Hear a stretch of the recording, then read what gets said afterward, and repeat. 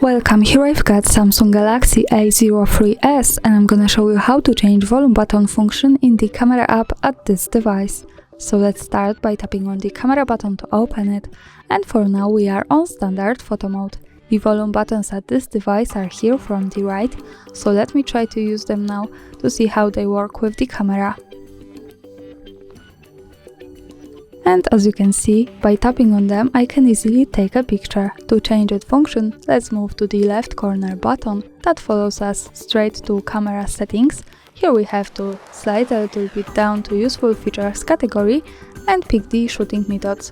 Now at the first place we can see press volume key 2 option, so when we tap on it, we can decide to use this as take picture or record video, which is now zoom or control the system volume.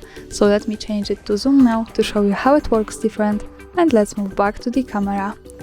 Now let me try to use the volume buttons once again, so maybe let me get the better view.